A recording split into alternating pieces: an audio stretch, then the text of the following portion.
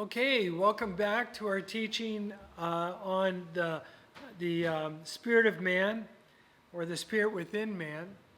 And I just want to do a quick little overview in this teaching. We began with looking at the Hebrew words for the three primary words used for the spirit of man.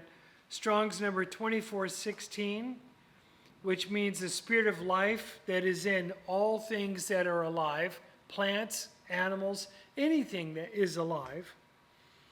Strong's number 5315, which means the soul and the appetite and the emotions. Strong's number 7307, which means the spirit of our mind, and you could call it your spiritual body, your spiritual self, your spiritual essence. The Greek equivalent numbers are 2222 for the spirit of life, 5590 for the soul, 4151 for the spirit of our mind. So in the New Testament, it uses those three words. There are other words that are used for spirit or translated as spirit or soul, but these are the primary words and give us our main examples, which is what we've been going through, of how they're used. For example, in Zechariah 12:1, we talked about this. It talks about God formed the spirit in man. The word spirit is 7307. But the soul of man is a product of his flesh and his experiences. So what do I mean by that? Well, your soul is your personality, which is a product of your DNA and your life experiences. So your personality is there at conception, because it's a product of your mother and father. And then God puts in the spirit of life to cause it all to live. And then he puts in the spirit of man, which is a spirit of cognizance. What do I mean by that? It's a spirit of awareness of self and awareness of God, which none of the animals have. They don't have that same spirit. When Nebuchadnezzar was given the spirit of a beast, he ate grass like an ox, which tells you what beast he was given, and he thought as an ox. That's why he ate grass. His nails grew long and his hair grew long, and he acted like an animal. Why? Because he was given the mind of an animal instead of a mind. We think of mind as our physical brains. Listen, your physical brain is the interpreter of your spirit. It's how your spirit tells your flesh what to do. It's the computer, but God gives you the program. You buy a brand new computer with nothing on it. Is it any good? No, it just sits there and stares at you.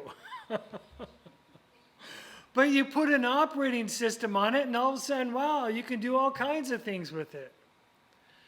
God gave us the operating system. It's called the spirit of man.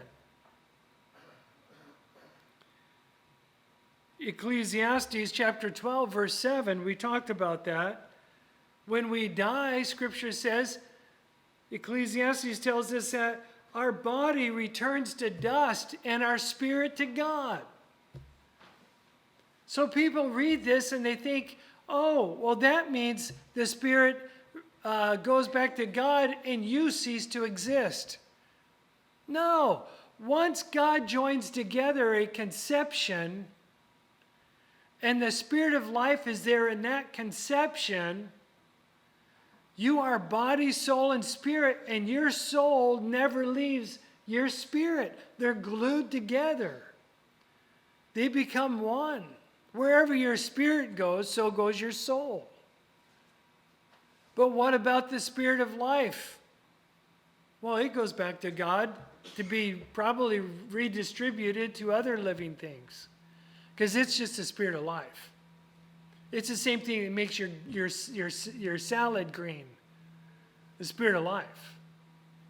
But the spirit of your mind goes to God, taking your soul with it. Wherever the spirit of your mind is, so is your soul. They're inseparable. Only God can separate them because he put them together. So what does it mean that the spirit of man goes back to God? It says, but the spirit in animals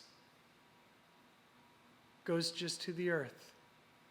That's what it says. So the spirit of an animal goes to the earth and is lost. Just like the body goes back to dust. But the spirit of man and his soul goes to God. So people read that and they say, oh, so if we go back to, we go to God and our soul is left behind, our soul must be asleep.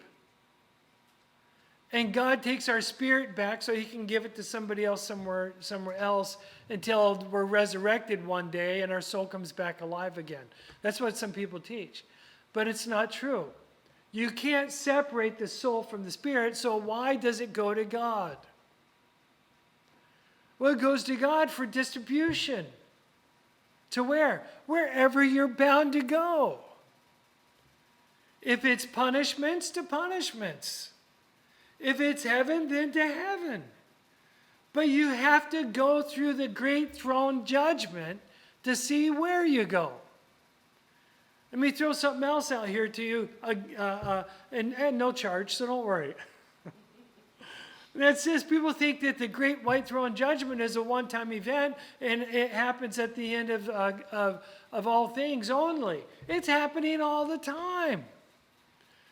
The moment a man dies, his soul and spirit go to God to be judged at the throne.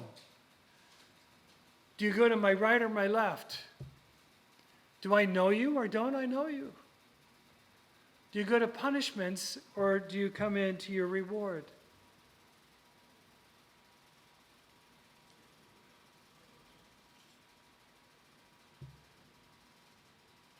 Okay.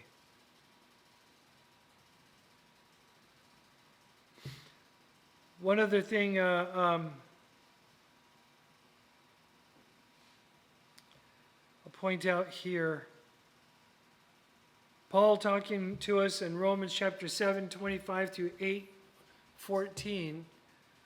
He says, and he describes it, with my mind, I serve the law of God, but with the flesh or my soul, the law of sin.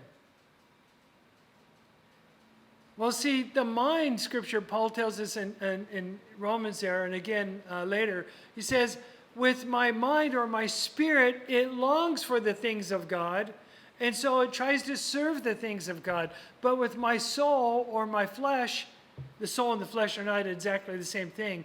But remember, your soul is also your appetites. And your flesh has some strong appetites. So with your soul and your flesh, you serve the flesh. So the two are at war with each other. Jesus was blessed in that his soul was perfectly in line with his spirit. So his flesh was in submission to his spirit. And that's our goal, is to put our flesh in submission to our spirit. So we will do the things only that please God. So we're looking at different examples of these Greek words in action. We just got through looking at the Greek word Zoe, Strong's number 2222, which means the life that is in everything that is alive. It's the word they even use for living water. It means moving. Water that is moving. You're supposed to be baptized in living water. Well, it doesn't mean water that's going to stand up and talk to you. It means water that's flowing, water that's moving. We're now looking at the Greek word ruka, Strong's number 4151, corresponding to the Hebrew 7307, which is pneuma, and it means our mind, breath, animation. We move because we have a mind to. We're cognizant of God. We learn. Adam, think about Adam. Adam was created out of the dust of the earth, an adult body laying there. And God put the mind of man in him, unfallen, and had an unfallen soul. But he instantly was cognizant of God. He could talk. He stood up. He had wisdom. He was downloaded, just like downloading a program on your computer, with all kinds of wisdom and knowledge. And we too, when we are born, we're born with certain instincts and certain things that we know.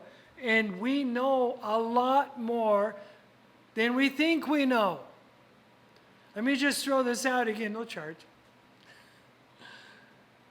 There's a Christian group that talks about this amazing baby monitor that people heard children talking.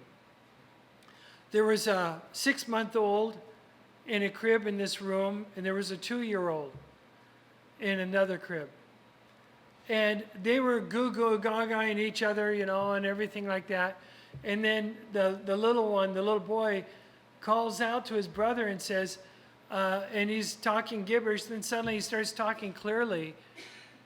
And he says, "Tell me again." He says this to his brother, "Tell me again about God."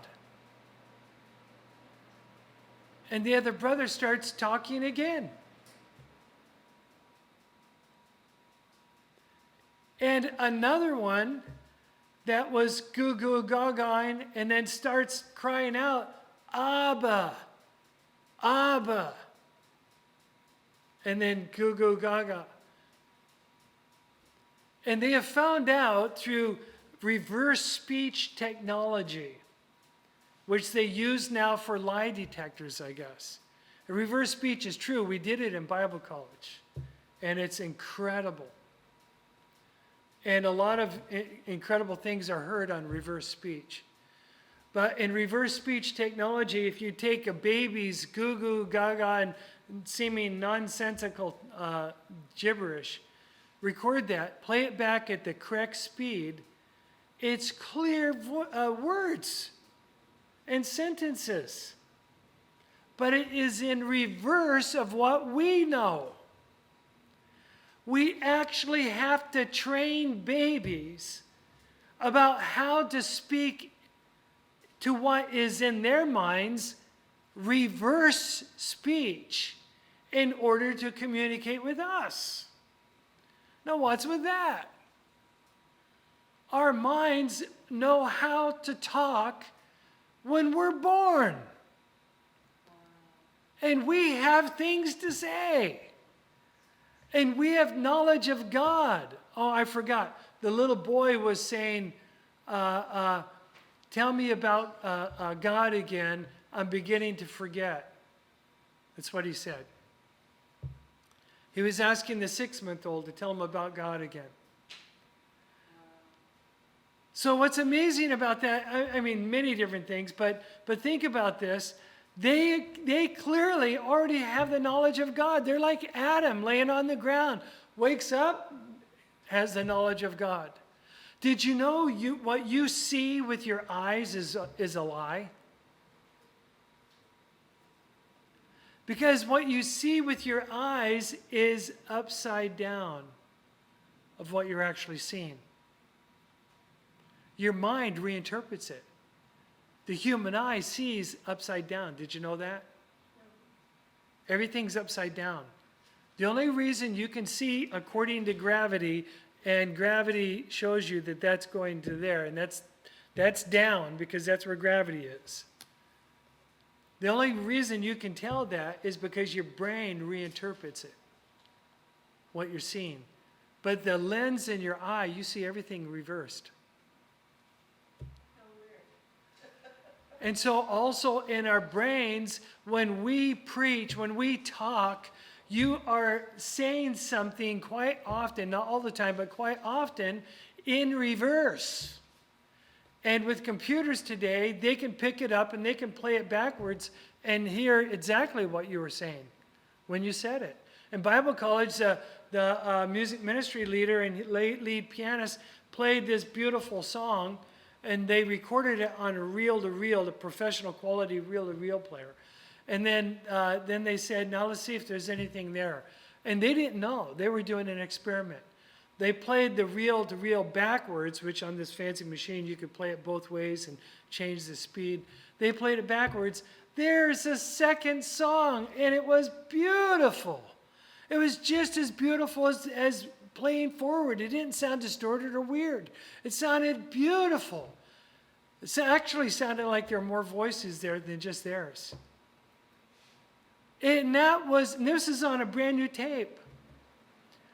Isn't that amazing? So as they got into worshiping, and they were worship leaders, and they worshiped whenever they sang. It wasn't just for lessons. They were worshiping. Their spirits got involved. They communicated like a baby backwards, and the two of them together sang to the Lord this beautiful song in reverse. Wow. Isn't that amazing? Yes. The spirit of man is far more complex than what we know. And God gives us abilities through the downloading of our brain through that spirit of man. Okay, let's end there, and we will pick up again on our next video.